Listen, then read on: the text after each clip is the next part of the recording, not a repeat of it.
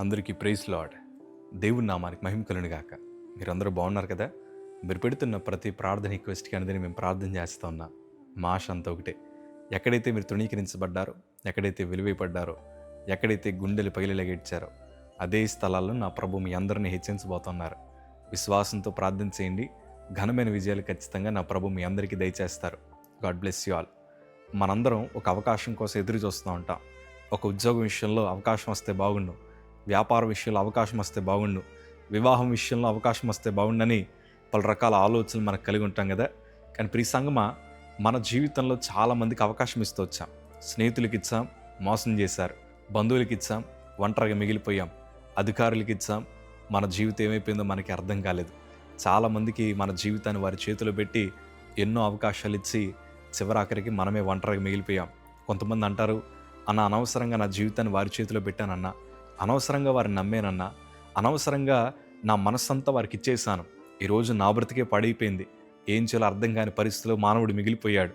కానీ ప్రియ సంగమా, దేవుడు మరొక అవకాశాన్ని నీకు ఇచ్చాడు. అదేంటి తెలుసా? నీ జీవితాన్ని ప్రభు చేతిలో పెట్టండి. మీ మార్గాలన్నింటిని కూడా ప్రభు చేతులకు అప్పగించగలిగితే, ఆయన కార్యములు జరిగించడం ప్రారంభిస్తే, మీరన్నడూ ఊహించని అద్భుతాలు మీ జీవితంలో జరగడం ప్రారంభిస్తాయి. దేవుని వాక్యాల్లో నాకు చాలా ఇష్టమైన మాట, కీర్తనల భాగము 37వ కీర్తన 5వ మాట మనం చదవగలిగితే, నీ మార్గములను యెహోవాకు అప్పగింపుము, నీవు ఆయన నమ్ముకునుము, ఆయన నీ కార్యములు నెరవేర్చును. దేవుడు ఈ లేఖన భాగాల్ని మీ బ్రతుకులు నెరవేర్చునుగాక. మన మార్గాలు దేవునికి అప్పగించాలి. మనం ఓడిపోవడం గల కారణం ఏంటి తెలుసా? మనకిష్టం వచ్చిన మార్గంలో మనం ప్రయాణం చేయడానికి ఆశపడుతూ ఉంటాం. అందరినీ నమ్ముతాం, అందరికి అవకాశాన్ని ఇస్తాం. కానీ ఈరోజు ప్రభు నీతో మాట్లాడుతున్నారు, నీ మార్గాలు దేవునికి అప్పగించండి. దేవుడు ఎంత ఉన్నతంగా మారుస్తాడో అవన్నీ కూడా మీ ఊహకు కూడా అందవు. దేవుని వాక్యం అంటది కదా, మీరు నన్ను నమ్మండి, మీ కార్యములు నేను నెరవేరుస్తానంటున్నాడు ఆయన. ఈరోజు నీ హృదయములు ఏ తలంపులైతే ఉన్నాయో, నీ భవిష్యత్తు కోసం ఏదైతే నువ్వు ఆలోచిస్తున్నావో, నా జీవితం ఎలా ఉంటే బాగున్ను, నా కుటుంబం ఎలా ఉంటే బాగున్ను అని ఏదైతే నువ్వు కోరుకుంటున్నావో, వాటన్నిటికంటే గొప్ప కార్యాలు జరిగించడానికి నా ప్రభు సిద్ధంగా ఉన్నారు. వాస్తవానికి చెప్పాలంటే బైబిల్లో ఎంతోమంది భక్తిపరులు తమ జీవితాలను దేవుడికి అప్పగించారు. ఈ సంగమా, దానియేలు దగ్గరికి, షడ్రక్ మేషక్ అబేద్నెగోల దగ్గరికి రాజు తినే ఆహారం వచ్చింది. కానీ వారు అన్నమాట ఏంటి తెలుసా? మేము ప్రభు దృష్టిలో అపవిత్రులుగా ఉండకూడదని కోరుకుంటున్నాం కనుక మేము చక్కగా శాకాహారమే తింటామన్నారు. వాస్తవానికి చెప్పాలంటే మనుషులకు అలాంటి ఆహారం ఇస్తే వారు కళ్ళు మూసుకుని తినేస్తారు. కానీ వారు అట్లా కోరుకోలేదు. తమ ఆలోచనలను, తమ భవిష్యత్తును ప్రభు చేతులకు అప్పగించారు. దేవుని కోసం బ్రతకాలని కోరుకున్నారు. యేసేబుని అన్నలు హింసించినప్పుడు యేసేబుకు కూడా మరొక అవకాశం వచ్చింది. దేవుడు ఉన్నతమైన సింహాసనం ఎక్కించిన తర్వాత వారు అన్నలందరూ యేసేబు కాళ్ళ దగ్గరికి వచ్చినప్పుడు అతడు పగ తీర్చుకోగలిగిన స్థితిలో ఉన్న అతని ఆలోచన నెరవేర్చుకోలేదు. అతనికి ఆ తలంపు కూడా రాలేదు. ఎందుకంటే తన మార్గాలన్నీ కూడా ప్రభువుకు అప్పగించేశాడు. అందుకే కీడు కూడా మేలుకరంగా మార్చబడింది.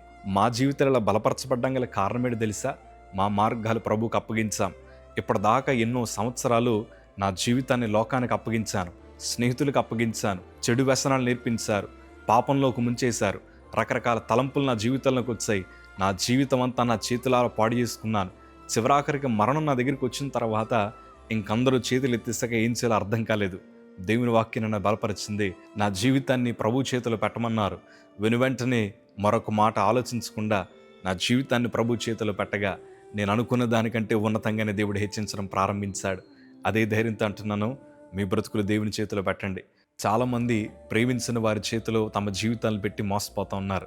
ఈరోజు నేను అంటాను, దైవజనుడిగా నా 2 చేతులు జోడించి ఒక్కసారి మీ బ్రతుకుని ప్రభు చేతిలో పెట్టండి. ఈ క్యాన్సర్తో ఉన్న నా జీవితాన్ని ప్రభు చేతిలోకి పెట్టగా ఆ క్యాన్సర్కి ఆన్సర్ ఇచ్చిన దేవుడు ఆయన. మా జీవితాలు ప్రభు చేతిలో పెట్టగా ఎక్కడైతే అవమానించబడ్డామో అక్కడే ఘనమైన పాత్రలుగా దేవుడు మార్చాడు.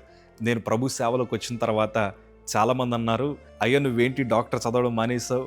స్నేహితులు కూడా చాలామంది హేళన చేశారు, పాస్టర్ అయిపోయి ఏంటయ్యా అని. కాకపోతే వారికి తెలియదు కదా నా బ్రతుకుని ప్రభుకి ఇచ్చానని. ఈరోజు వారు నా పరిచర్య చూస్తున్నా, ఈరోజు నా జీవిత విధానాన్ని చూస్తున్నా, వారందరూ అంటున్న మాట ఏంటి తెలుసా? నీ బ్రతుకుని దేవుడు చాలా ఉన్నతంగా దీవించాడయ్యా అని సాక్ష్యం చెప్తుంటే ఎంత సంతోషమో.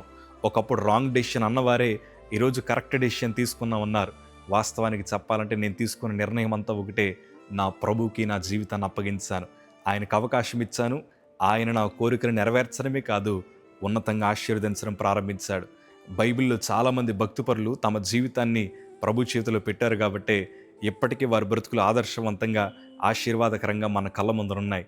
దైవజనమ, ఈరోజు మీ బ్రతుకులను అటు రీతిగా నా ప్రభు మార్చబోతున్నాడు. మీ జీవితాన్ని ప్రభుకి ఇవ్వండి. దేవుడు మీ కన్నీటిని నాట్యముగా మారుస్తాడు. God bless you.